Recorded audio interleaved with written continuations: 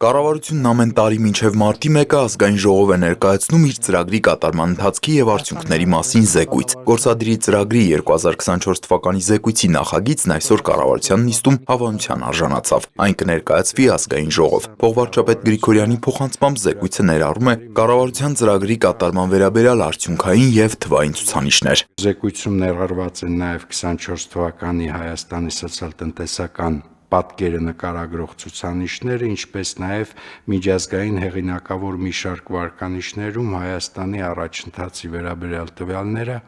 որոնք ևս ի ցույց են դնում կառավարության կողմից նախաձեռնված բարեփոխումների բովանդակությունն ու արդյունքները։ Նիկոլ Փաշինյանը վիճակագրական կոմիտեի վերջին հրապարակումներից մի քանի անդրադարձ արեց 2024 թվականի սոցիալ-տնտեսական արդյունքների մասին վիճակագրության համաձայն 5.9% հնայի իրական աճ է ապահովել։ Վարչապետը հիշեցրեց, որ 2021-ի խորհրդարանական ընտրություններին սահմանված նպատակադրումը միջինում 7% տնտեսական աճ ապահովելն է եղել։ 2021 թվականին ապահովել է 5.8% տնտեսական աճ, 22 թվականին 12.6% տնտեսական աճ, 23 թվականին 8.3% տնտեսական աճ, հետևաբար մեր նպատակային ցուցանիշը տարեկան միջին 7% տնտեսական աճ ապահովված է։ 2024-ի արդյունքներով Հայաստանում աշխատավարձով ապահովված աշխատատեղերի թվաքանակը կազմել է 760,555, որը վարչապետի փոխանցմամբ 2018-ի հունվարի ցուցանիշից ավելի է 203,875-ով կամ 36.6%-ով։ Փաշինյանի խոսքով դինամիկան տարեցտարի աճում է, այդ թվում 2025-ի հունվարի տվյալներով։ 2025 թվականի հունվարին 24 թվականի հունվարի նկատմամբ ունենք 41,124-ով ավել աշխատատեղ։ Վարչապետն անդրադարձավ նաև միջին ամսական աշխատավարձի ցուցանիշին, որը 2024-ի արդյունքներով կազմել է 287,172 դրամ, ինչը 2018-ի նկատմամբ ավելի է 114,445 դրամով կամ 66.3%-ով։ Նիկոլ Փաշինյանն այս ցուցանիշը համադրեց նույն ժամանակահատվածի գնաճի հետ։ Գնաճը 18 թվականի նկատմամբ եղել է 25.3%։ Այսինքն մեր մոտ աշխատավարձի աճը մոտավորապես 40%-ով ավելի է, քան գնաճը, եւ սա էական ցուցանիշ է։ Այս տարվա հունվարին միջին աշխատավարձը, որը կազմել է 296,651 դրամ, 2018-ի հունվարի նկատմամբ ավելի է 126,594 դրամով կամ 74%-ով, նշեց Փաշինյանն ու հավելեց 2025-ի հունվարին 2018-ի հունվարի նկատմամբ գնաճը կազմել է 27%, աշխատավարձի աճը 74%։ 2025-ի հունվարին նախորդ տարվա հունվարի նկատմամբ արձանագրվել է 1.7% գնաճ, բայց աշխատավարձերի աճը կազմել է 4.6%, այսինքն այստեղ էլ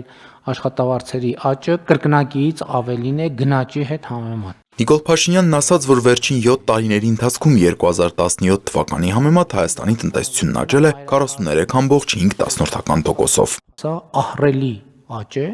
սա նշանակում է, որ մենք տարեկանում միջինում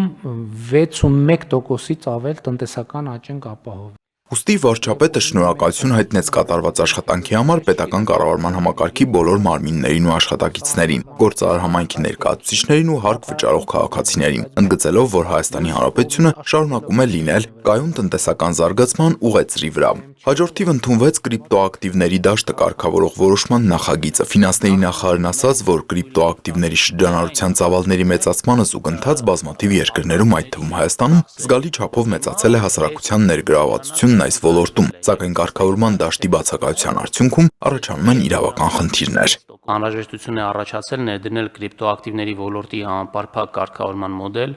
որը հնարավորություն կտա ստեղծել ոլորտի անխափան զարգացման համար անհրաժեշտ նախապայմաններ, միաժամանակ նվազեցնելով առկա եւ հնարավոր ռիսկերի բացասական հետևանքները։ Այս կերպ ըստ նախարարի կսահմանվեն իրավունքներ ու պարտականություններ, շահերի պաշտպանության բավարար մեխանիզմներ, ինչպես նաև կապահովվի շուկայի թափանցիկ գործունեությունը։ Վարչապետն արձանագրեց, սա կրիպտոարժույթների ոլորտը կարգավորելու մեր առաջին փորձն է։ Ուշացել ենք, բայց լավ է ուշ, քան երբեք։ Պիտի միանգամից ասեմ, որ այս կարգավորումը չի լինելու կատարյալ։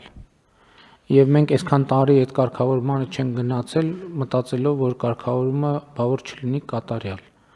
եւ փորձելով մի քիչ էլ աշխատել, որպեսզի այն դառնա կատարյալ։ Այն չի դարձել կատարյալ եւ չի դառնալու կատարյալ, բայց մենք պետքա մտնենք ոլորտը կարգավորելու։ Կառավարությունը հաստատեց նաև շրջանառության հարկ վճարող տնտեսվարողների աջակցության ծրագիրը։ Այս տարվա հունվարի 1-ից փոփոխություններ են կատարվել շրջանառության հարկի համակարգում։ Նպատակն ըստ ֆինանսների նախարարի եղել է շրջանառության հարկ վճարողների կողմից վաճառքի նպատակով կատարված ձեռքբերումները եւ այդ ծախսերը պատշաճ փաստաթղթավորելու, տնտեսական շարժառիթներ ձևավորելը, հետեւաբար նաև ստվերային շրջանառությունները կրճատելը։ Շատ կարևոր է, որպեսզի շրջանառության հարկ վճարողները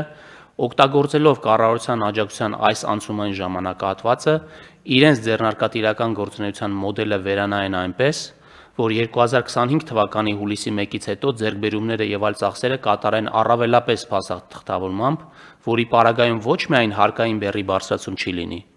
այլ նաեւ կարող է լինել հարկային բեռի նվազեցում։ Հովհաննիսյանի խոսքով հարկ վճարողին աջակցությունը տրամադրվում է, եթե միաժամանակ բավարարված են հետևյալ պայմանները. 2024 թվականին իրականացրել է առևտրական գործունեություն, 2024 թվականի դեկտեմբերի 31-ի դրությամբ եւ աջակցության ստացման հաշվետու եռամսյակներում հանդիսացել է բացառապես շրջանառության հարկ վճարող։ Դիմումի ներկայացման օրվա նախորդ օրվա դրությամբ ամբողջությամբ կատարվել են վճարման ենթակա շրջանառության հարկի պարտավորությունները։ Ծրագրի շրջանակում աջակցություն ստանալու համար հարկ վճարողը պետք է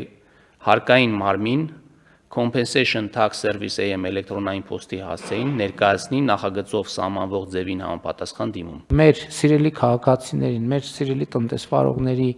կարծիքները, մտահոգությունները, նեղվածությունները հաշվի առնելով մենք ըստ էության 6 ամսյա շրջան ենք, անցումային շրջան ենք նախատեսում, այսինքն մինչև հուլիսի 1-ը ներառյալ անցումային շրջան ենք նախատեսում, ինչքան 5%-ից ավել հարկ կլինի կգոյանա, մենք այդ ամբողջ գումարը կվերադարձնենք տնտեսվարողներին։ Առիթն օգտագործելով վարչապետը կրկին անդրադարձավ համընդհանուր հայտարարման թեմային եւ նշեց, որ նախորդ երկուշաբթի օրվա դրությամբ 2486 մարդ արդեն իսկ սոցիալական կրեդիտների գծով հետ է ստացել 232 միլիոն դրամ։ Խոսքը 74 միլիարդից 232 միլիոն դրամի մասին է։ Իմ գնահատականը չի փոխվել եւ չի փոխվելու, սա ըստ էության հեղափոխական նշանակության որոշում է եւ մենք ահռելի մեծ ներդրումներ իրականացնելու հնարավորություն ենք տալիս քաղաքացիների որոշմամբ եւ քաղաքացիների ձեռքով առողջապահության եւ կրթության ոլորտում։ Սոցիալական կրեդիտների համակարգից օգտվելու տրամաբանության շրջանակում Փաշինյանը կոչ արեց քաղաքացիներին գումարը ծախսել անկանխիկ եղանակով։ Տիգրան Վակիմյան, Հորիզոն։